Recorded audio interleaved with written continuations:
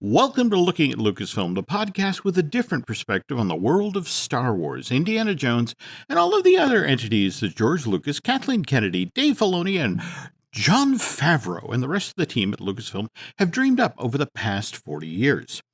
I'm entertainer-writer Jim Hill, and my co-host, Brian Gaughan, and I are recording this on Sunday, May 15th. So, Brian, how has your weekend been going so far? It was been good. Yesterday, I got a little in the weeds. My wife wanted to see the movie The Lost City, and in order to do that, it was streaming on Paramount Plus. So I bought Paramount Plus for a month, which is fine. And I realized that on there was the new show, The Offer. Oh, the making of The Godfather. Okay, and it's really well done, and I think Alfred Ruddy, who is the producer, he has a lot to do with it. So there's a lot of background to it. And there's 5 episodes out right now. And the big thing about it was during episode, I think it was 3, they actually show Coppola in his office, his American Zoetrope office. And as he's sitting there, this guy walks through and he's out of focus. But then he goes in the background and sits on a couch in the background. And it's George. and it was weird because yesterday was George Lucas's birthday. Yes, 78th birthday. But in the Hill family, Godfather verges on religion. I mean, my brother Peter particularly is hugely into the Godfather. I remember him diligently. Remember when they did the Godfather saga on NBC? They ran it over. Oh, yeah. That was the first time I saw it. Yeah, well, that was the thing. Pete diligently taped that version of the film. But it's interesting, again, you bring up George Lucas and being involved in The Godfather, because filming The Godfather got underway March 29th, 1971. In fact, the very first scene they shot was when Michael and Kay are out shopping for Christmas presents. On the streets of New York. There we go. And they continue to shoot out in New York through first week of July. It's 71. But George Lucas talked about how in May of 1971, I tried to buy the rights to Flash Gordon. And he talks about how on a trip to New York with Francis Ford Coppola, he was in town to supposedly lock down financing for American Graffiti with United Artists, and that fell through, and eventually he makes the movie for Universal. But while he's there to meet with the folks at United Artists, George makes a trip to King Features Syndicate because, they're the publishers of the Flash Gordon comic strip and the owners of the rights to the character. And he wants to negotiate with them to make a Flash Gordon movie. But it's like the King Features people are just ridiculous. I mean, they supposedly told George that if you're going to make a movie, we want 80% of the gross. And by the way, we'd like Federico Fellini to direct this. And so George is like, forget it. And he goes back to the hotel room and basically says to Francis, I'm going to write my own thing. and so this is how we get Star Wars. But this isn't necessarily the first time that George Lucas has showed up in a film or a TV show as an actual character, which brings us to Fanboys from 2009, which you were saying you really, really enjoyed, right? Yeah, I didn't get to see it when it was in the theater, or maybe I did, I can't remember. But I did show it to my kids, and they were Devin was about 8, and Brianna was about 5. And it's there's a lot of like goofy stuff for kids. I mean, the kids love and that they would relate to. And can you guess what their favorite part was? I was going to say Harry Knowles beating up the fanboys. Well, but see, they didn't know who Harry Knowles was at the time. There we go. This is a movie that celebrates Web 1.0. But yes, all right. Well, when they were peeing on the electric fence. Well, there we go. That's what an 8-year-old boy loves, and a 5-year-old girl. They do like stuff like that. I enjoyed it when Ren and Stimpy, don't whiz on the electric fence, the home game. But for me, what's fascinating about Fanboys is if you look back now, the pedigree. I mean, the screenplay's written by Ernest Cline. This is the author of Ready Player One, not just the book, but the movie, also the sequel from last year, Ready Player Two. Plus Adam F. Goldberg, the creator and showrunner of ABC's long-running sitcom The Goldbergs. Also, movie directed by Kyle Newman. He's the guy who did that documentary, The Raiders, the story of the greatest fan film ever made. You know, remember these three teenagers Yeah, who, you they know, were they put together their own Indiana Jones movie. they did. They did. You know, I mean, matched it shot for shot back in '82. And I have to say, I just love the premise of this road picture. You know, you have these childhood friends who grow up loving the original Star Wars trilogy, and they're all aware that Phantom Menace is in production and it will be out in theaters soon. But then they discover that their good buddy has cancer, and it's really unlikely he's going to survive to see Phantom Menace. And so they cook up this scheme where they're going to drive cross country and then break into Skywalker Ranch and steal the work print of Phantom Menace and then bring it back to their friend so he can see the movie before he passes. And look, it's a flat out wonderful screenplay, though, as the story goes, it wound up being produced by Harvey Weinstein. I think this was after Miramax. I think it was when he had set up the Weinstein Company. And Harvey was infamous for being not just hands-on, but kind of brutalizing filmmakers. And I guess for a time, because he thought the subject matter was too grim, they actually did a cut of the film where they pulled out the whole friend has cancer, that's why we're going to go get, steal this work print. It literally... It wouldn't make sense. No, that's it exactly.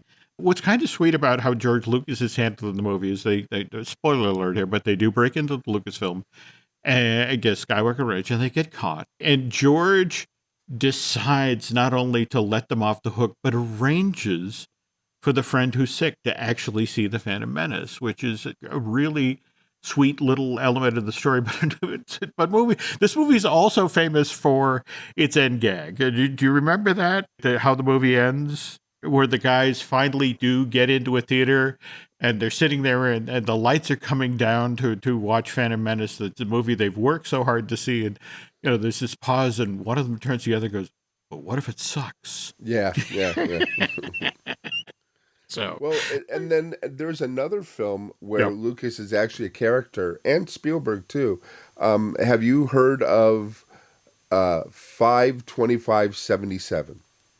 Oh, it's the yes. Patrick Reed Johnson movie. Mm-hmm. They showed it for one day on May 25th in theaters, and I was very fortunate to get to see this film. And there's been rumors that he's trying to get it on CD and trying to get it released that way, but it's very good. Oh, okay. It's a very good movie, and Patrick Reed Johnson was the one that did Baby's Night Out or Baby's Day Out. Oh, well, yes. I think it's that, and also Spaced Invaders, which is one of my favorite little Oh, you are talking early Eisner Disney there. Wow. Oh, yeah. Okay. And wow. Then Angus, which I think is one of the better coming of age movies. But he's kind of disappeared now. Look up Angus because it's an amazing movie. I will. So I love when people go to the whole mythology of what Star Wars has begun and what it means to people. So, and here are two films that one deals with the beginning and the other one deals with the new beginning.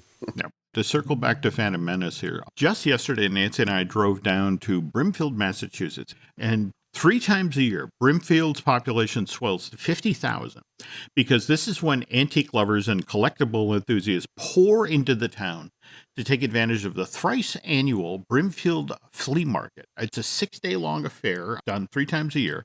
Been going on for over 50 years now, and thousands of tables. Now, mind you, yesterday, Nancy and I and her sister only got to a handful of them. We drove down for the afternoon to check it out, and I saw a startling amount of Star Wars related stuff on display and up for sale. And the stuff that was commanding surprisingly steep prices was the stuff from the prequels.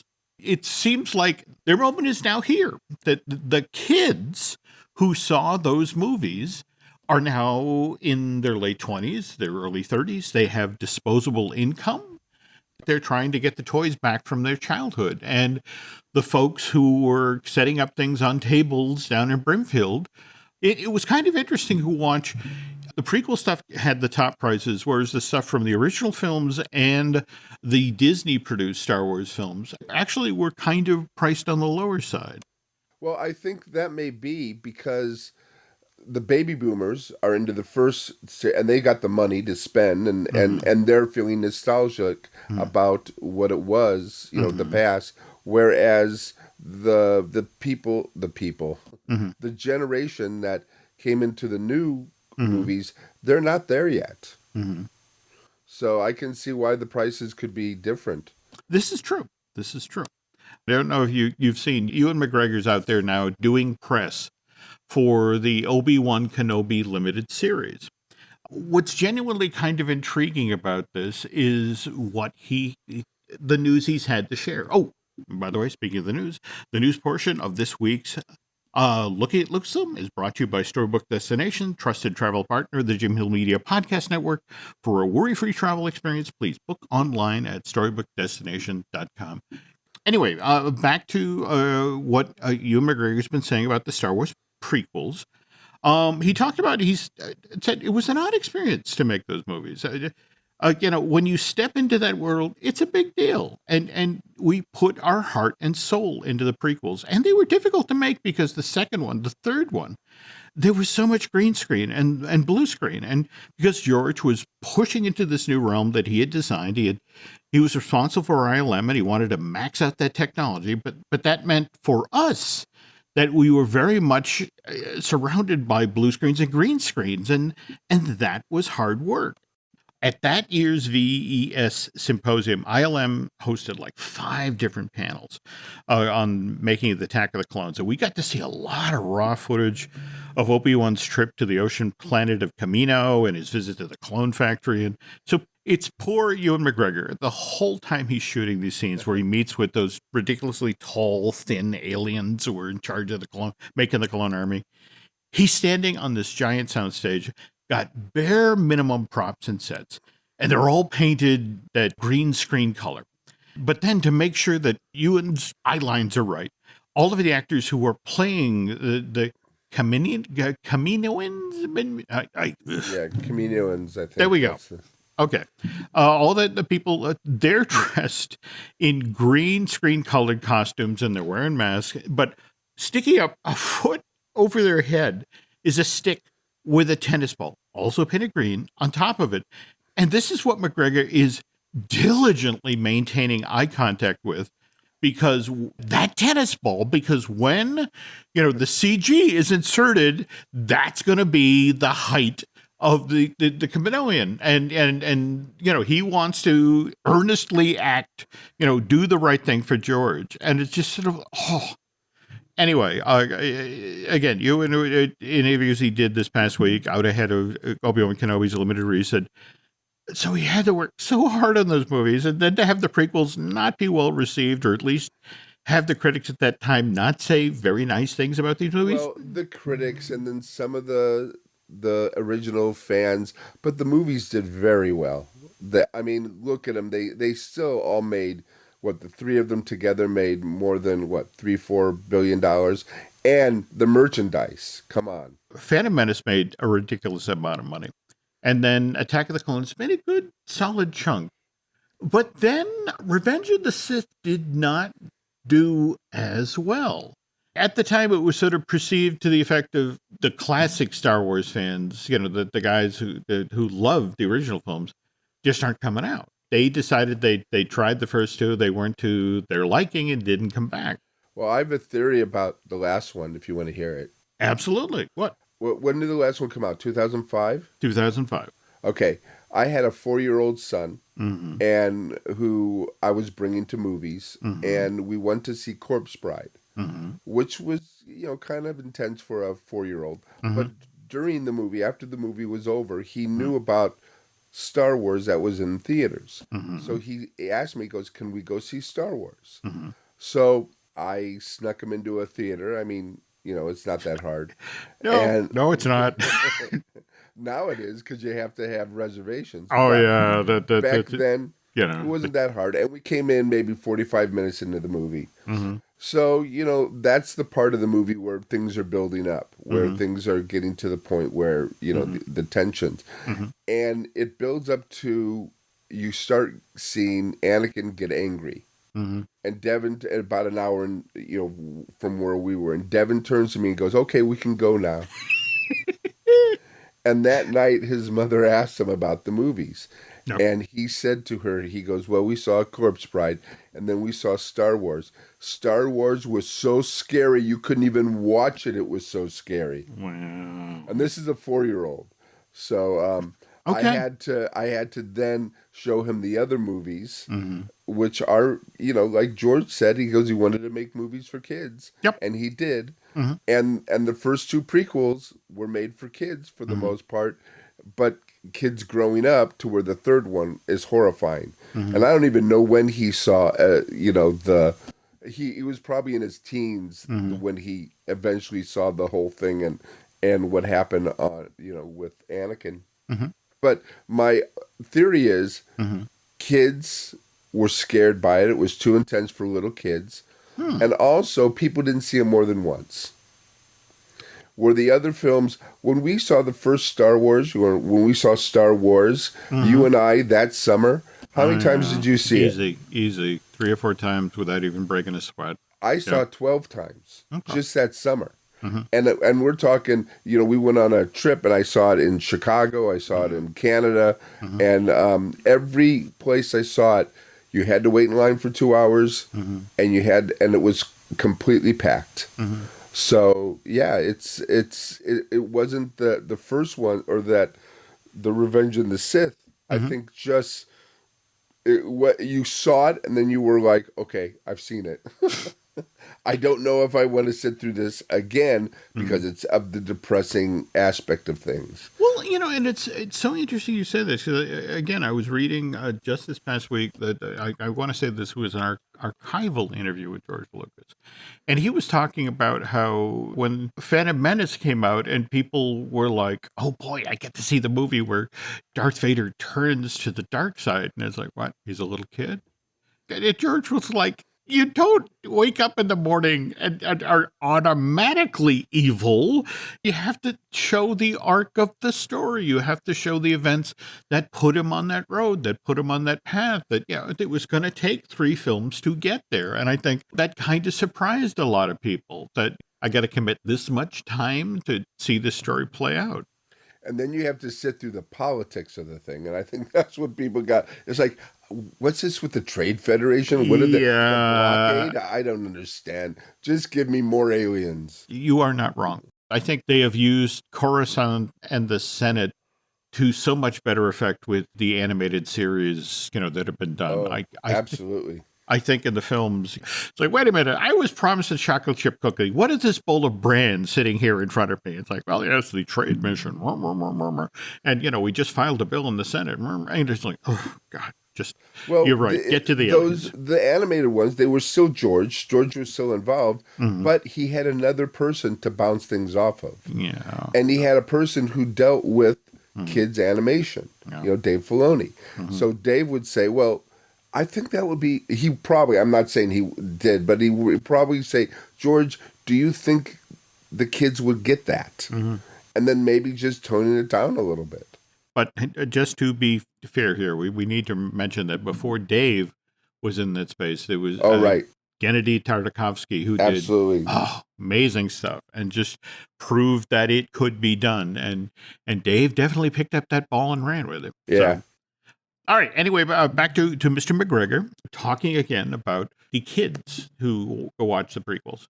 And he's went on to say, well, that's why it's so great nowadays to have the kids who saw the prequels in theaters now come out and say, these were my Star Wars movies when I was growing up, and I absolutely loved them. And it's like, that's why it's so gratifying to hear after all these years, Again, he goes on to say, I hadn't watched the prequels in years, so out ahead of shooting these limited series, for Disney Plus, I watched them again to prep for the role, and I was honestly surprised at how well the movies held up. Like episode 3, that's a really good movie, nonstop action. And he then goes on to say, though, that I just have to say, it's just so nice, particularly over the past year or so, to meet up with all these younger Star Wars fans. Well, they're in their 20s and their 30s, so they're still sort of young, younger than me, and have them talk about how much they love the prequels. And said, mind you, it took almost 15 years before we began hearing people talk about the Star Wars prequels in that manner.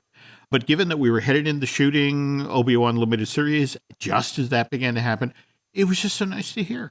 Just again, as I'm getting ready to reprise that character. And it honestly changed my outlook on the whole franchise. My relationship with Star Wars is different today because those fans came forward and talked about how much they liked the prequels. So, that's kind of a cool story, isn't it?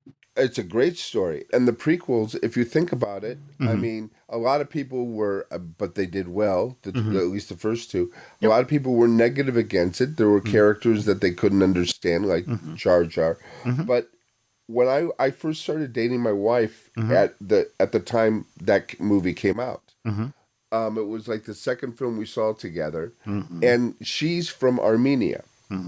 She never saw any of the Star Wars films before. So she didn't know anything about it. So the first movie she saw was The Phantom Menace. That was the very first film that she saw in the Star Wars series. Who do you think her favorite character was? Gotta be Jar Jar. It was Jar Jar. And I thought it was Watto, because to me, Watto's very Armenian. But it was Jar Jar. And she just loved that he was goofy, that he would fall all over the place, and the way he was. She loves the way he walked. And I had seen it with her. I saw it the third time. And then when she says, oh, yeah, Jar Jar's my favorite, when I saw it again, I'm going, okay, I see it.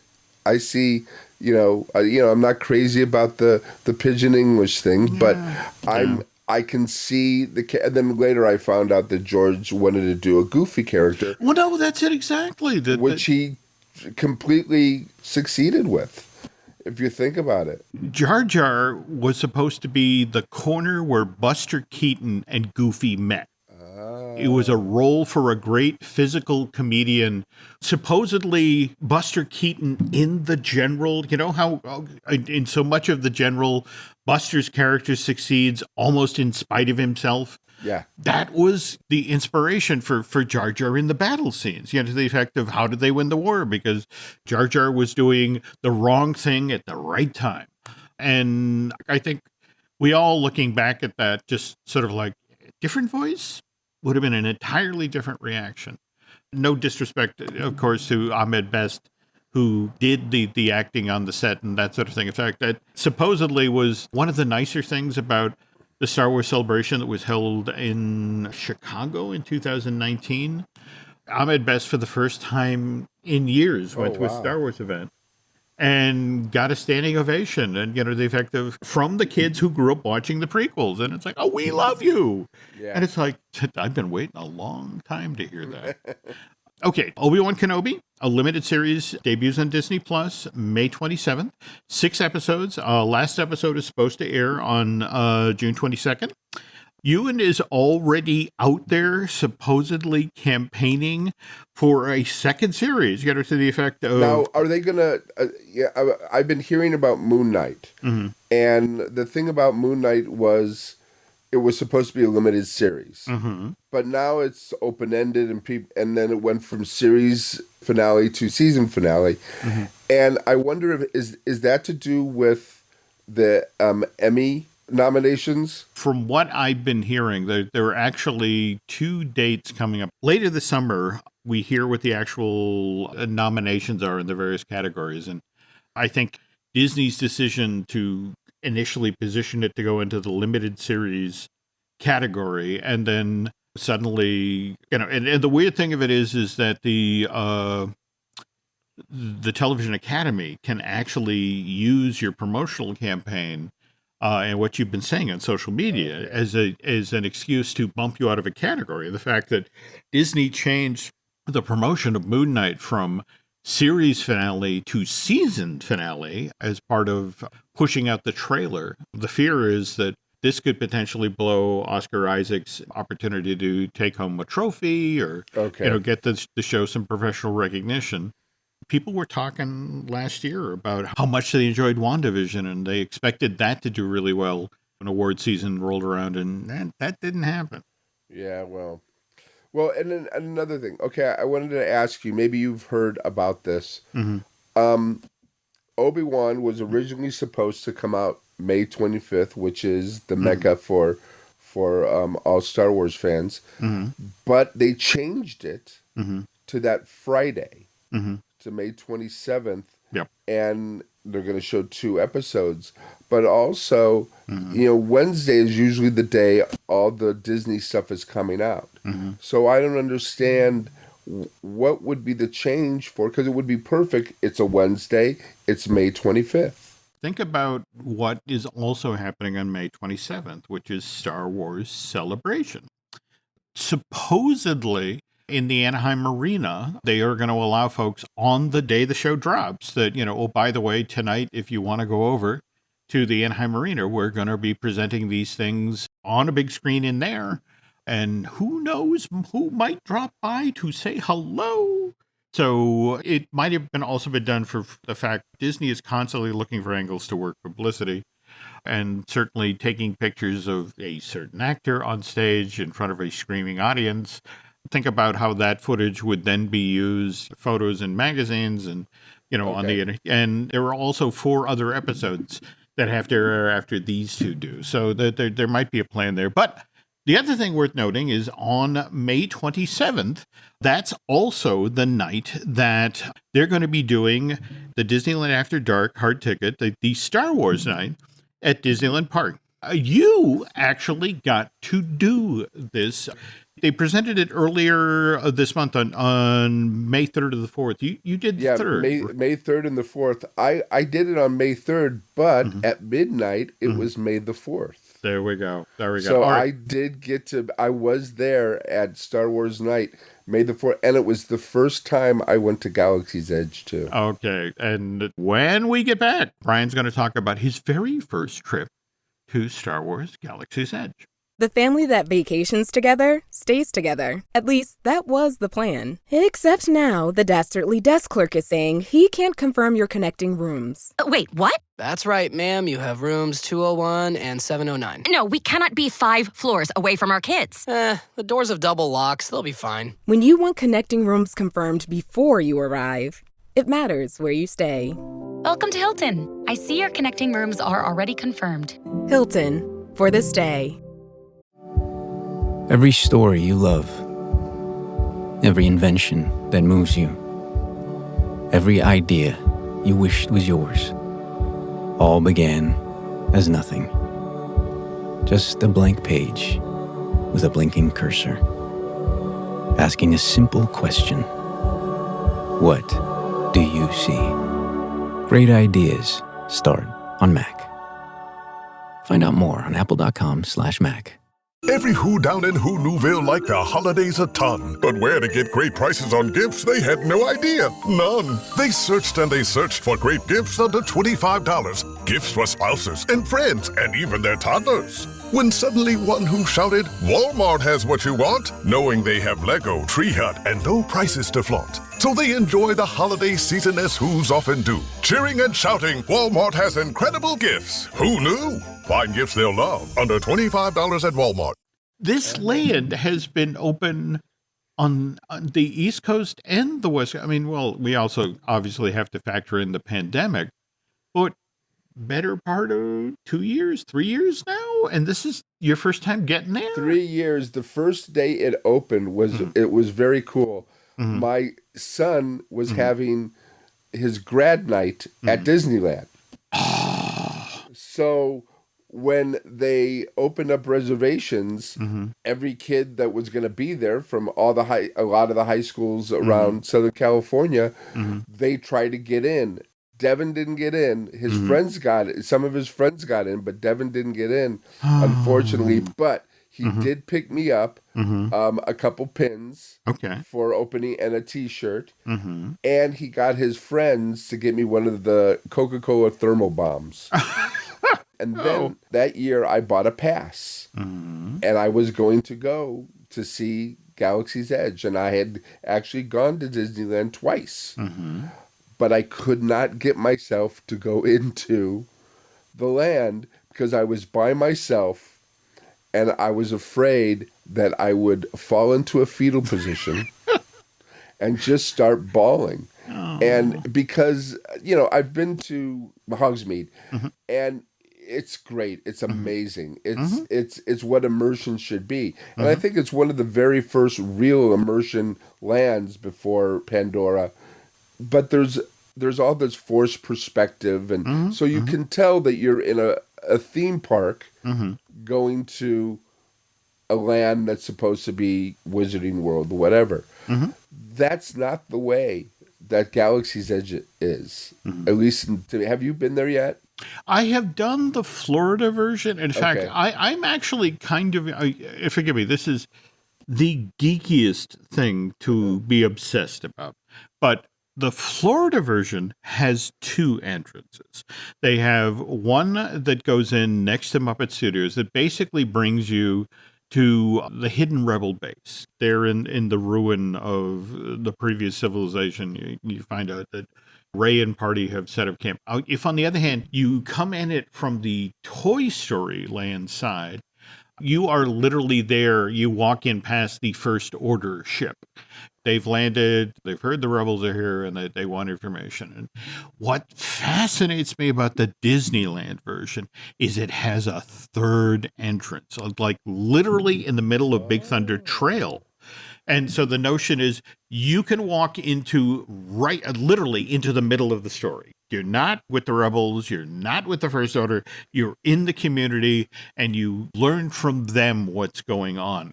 That would have been a fascinating way to experience Star Wars Galaxy's Edge, sort of walking in the middle there and just taking in the world and then deciding, well, which way do I go?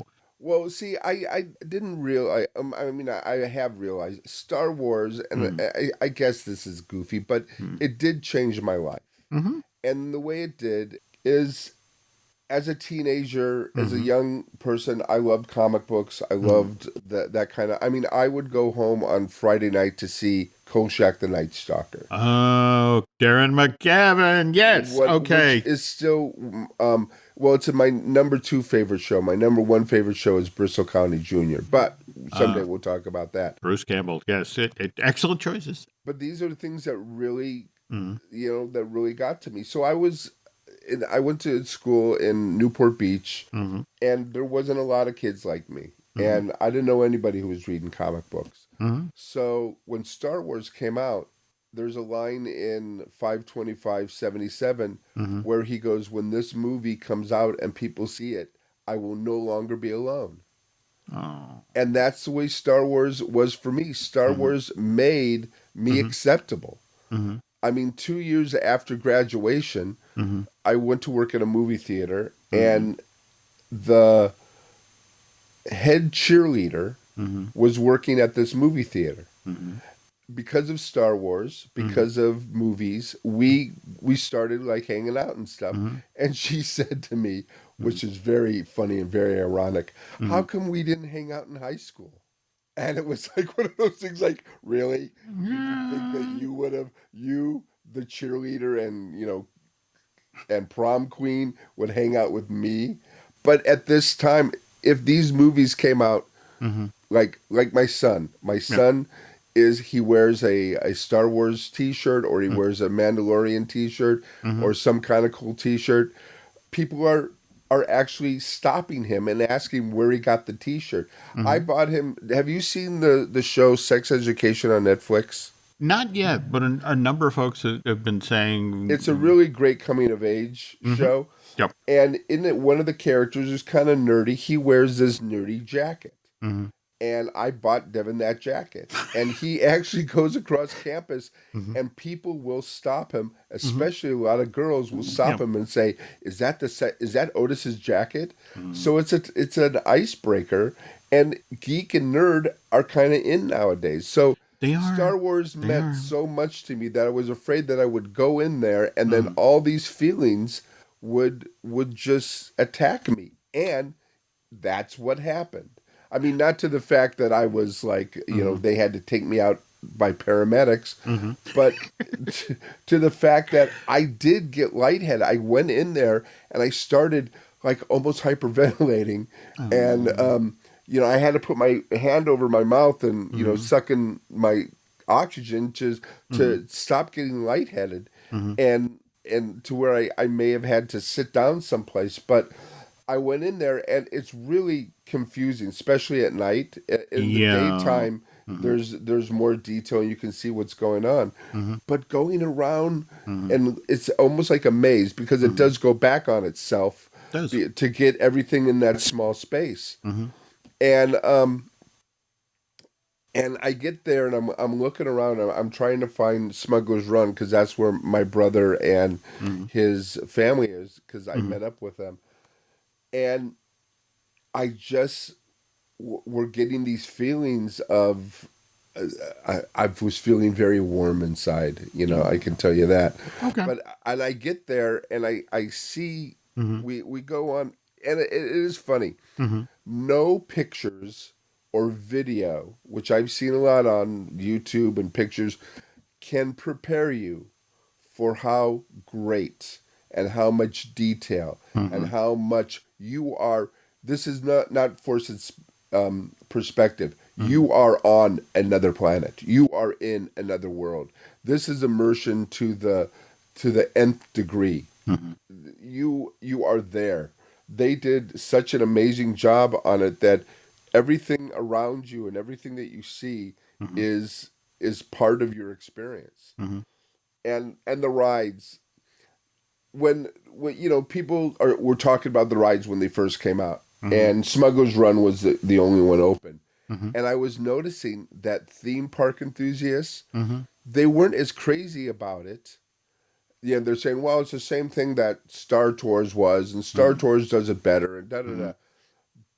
But the people who were Star Wars fans, they went nuts, because they were flying the Millennium Falcon. And it didn't matter, if the ride was substandard to, what Star Tours was, or it was the same thing. This was you were riding in the Millennium Falcon. And then Rise of the Resistance. Have you seen that yet? Yes. Okay. It's not a ride. It's you are, again, with the experience of going into Galaxy's Edge, you are part of something. You are, and that there's like a lot of cast members too. There's like 30 cast members walking around, especially in the New Order, and those guys are serious. You see them, and they're like whispering in each other's ear, and then they come and they grab somebody, and you're going, "Oh no, what's going on?" I had the feeling. Do you remember the Stanford prison experiment in 1971? I have heard of this. I've also heard of, what is it? Is it the third wave? Also, Yeah. This is we do what we're told. Yes. And you felt that these people were drinking the Kool-Aid because they were serious about what they were doing. I mean, I saw this look on this one girl's face, this one woman's face, and it scared me. But they let you goof around. If you want to talk to your friend, if you want to point and stuff like that, they don't try to shame you or say, get in line, or, or anything like that. They're just doing their job. And you can just like be in awe. I mean, in the room where you see all the stormtroopers, they actually had to grab me and take me away because I couldn't believe. I mean, I've seen pictures of it, but when you're there, you're in an auditorium with stormtroopers looking at you, and you're going, these guys are real. They're going to take me away. The trick they use to make that real is the exact same thing you do with the Hall of Presidents. It's the little subtle movements. It's the shifting of weight. It's leaning over to the other guy. I mean, again, they're stormtroopers. They're supposed to be standing at attention. But there's just enough movement to, those guys are real. That's a real squad of guys with blasters, and we need to behave ourselves in this space. My niece, she went nuts. She was watching this and she's going, he moved. He's real. They're not statues. They're real. And I'm going, that I think they're animatronics, but maybe not. To commit to that gag, I mean, I'm sure somebody out there actually has the count of how many stormtroopers are standing there. Dave Chang, I got to interview him at the D23 Expo where they unveiled the giant supersized model. And he was talking about, he said, I have been over at the construction site. The thing that blows my mind is we have one room in this attraction that is as big as the entire show building for Pirates of the Caribbean. One room to sell one scene in the show, and that's the scale they committed to. Also, I love that it's like 5 different ride systems inside of one building to get you to have this whole experience. But anyway, all right, so you're on the ship, you're taken down to be interrogated. And what are your thoughts about the second half of the Rise of the Resistance experience? Like they tell you, there's, 4 different ride systems that you're doing. Yep. And they don't give you time to think. They take you from one place to another. And like I said, there are real people there. There are animatronics. There is video screens. And it's everything. It just becomes, you're just to the part where you get sucked up in the whole fantasy of it, and you are there. And it's not a ride like Indiana Jones. You are part of it. If you weren't there, there would be no Rise of the Resistance. The audience is part of it, and I don't think any other ride is a participation ride like this. This is like the first time that they made they could put cameras in there and they could film a whole sequence from a movie, from a Star Wars film, and they can use the backgrounds. It's that intense, and it's that detailed.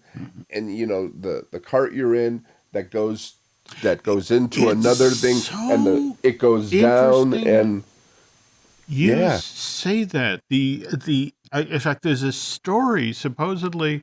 Do you remember the episode of The Mandalorian where they're busting the folks out of prison? And you get to see the X-Wing at the end, and Taika Waititi is one of the pilots, and I forget it's actually the directors of the first couple of episodes playing X-Wing pilots.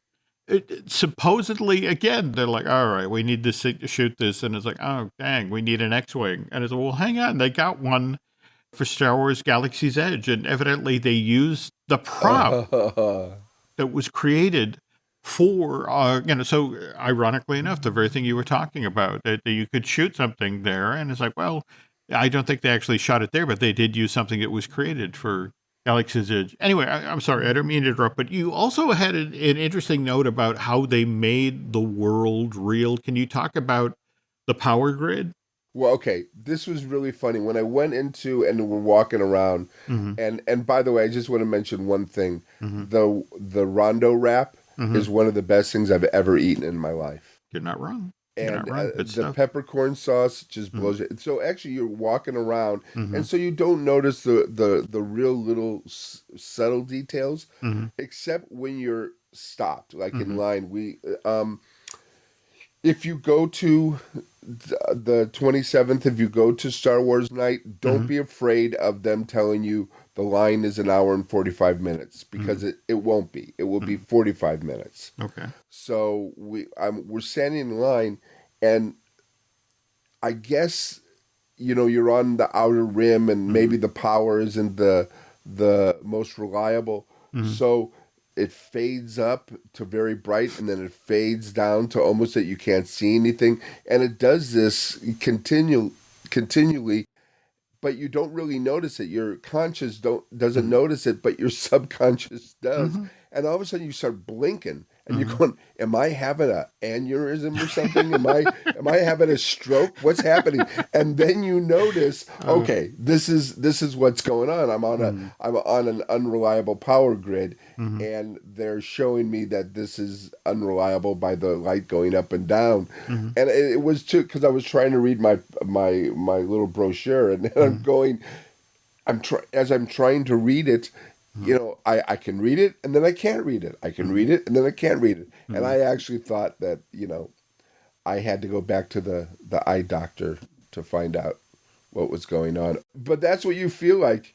You feel like that there's something going wrong here. There's just all these subtleties, and the cast members, you're walking around and you don't see any cast members, and all of a sudden you turn around and there's a cast member and they're asking you a question, and you're just going, I just want to watch Rondo Rap. That's all I want. So, but the Star Wars night is great too, because most of the other park is open, and they have specialty food, and I love food, and I love specialty food, and they have things like. You've been to Disneyland and you've had the wonderful corn dogs, right? Sure. Okay. Well, there's one part where you go to the Stage Door Cafe, and there is a corn dog with panko bread crumbs around and a chili lime sauce squirted onto it. And yeah, it's a heart attack waiting to happen, but it's so delicious, and it's so wonderful. And then, like I said, the Rondo Wrap, and they also had this like punch that was cranberry, pear, pineapple, and it was non-alcoholic, but you wouldn't know it because it has a bite to it, and it was very thirst quenching, and it's just. I'm definitely going to try to go to another one of these things, but I will probably eat my way through it more than. They had Star Wars beignets too. They called them Dagobah bites, and they were shaped as Yoda. Oh, so you can tear off an ear and dip it in the sauce. It was really pretty good. Was that at that little corner cafe in New Orleans? Yes. That's in the North. Yeah, because you have to go there to get them. And all the other rides, I mean, we'll walk on. I mean, we walked onto the Indiana Jones ride, which they have to refurbish that thing. It's a little... I got to go to Indiana Jones the day it opened, and it was raining, and I was in line for 3 hours. And as you go through the queue... When you get to, there's this part where you see this bamboo, like holding the ceiling up, and if you touch it the right way, it will make this like the. I scared so many people because I figured this out. So every time I went in, I would go, hold on, and I would do this, and then people would be screaming and running. Well, that's because the spikes are coming down out of the ceiling, right at you. Yeah, but that's what I'm saying. So we walked through there on Smuggler's Run. The line was 15 minutes because it takes that long to walk to the front. Yeah. For me, the highlight of that ride was actually getting on the Millennium Falcon and the crazy attention to detail in sort of the ready room space where it's like, this is the movie. Then the whole coaxium go collecting things that in hindsight, and I get the ties to Solo, which I personally think is a good film, but didn't do the business. Oh, I would have loved this to be Tatooine. It should have been Tatooine. I mean, now look at it's like, are you ever going to leave this desert planet? Yeah. It's like let's get somewhere else. All the series are taking place on Tatooine. There are all these stories about when they originally designed Star Wars Land. I mean, it was going to be Tatooine. They were going to do the actual cantina, and you were going to get to go to the docking bay where the Millennium Falcon was parked. And the Imagineers do all the groundwork, and they do the presentation to Bob Iger, and he comes in and says, "Guys, this is wonderful, and you did exactly what I wanted, but I've changed my mind. I've talked with Kathleen Kennedy, the head of Lucasfilm, and her argument is that the future of Star Wars is the 3 new films. We need to go to places that not just the fans of the original films love. We need to go to places that are new to people of the franchise. And so let's invent this new space. And that's how we got Black Spire Outpost on the planet of Batuu.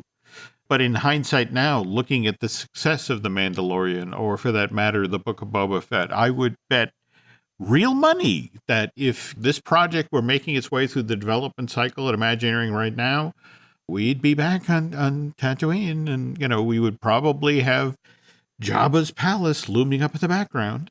Well, I'm hoping that with the Marvel universe and the Marvel campuses for each of the parks around the world, there's going to be a different campus with different rides.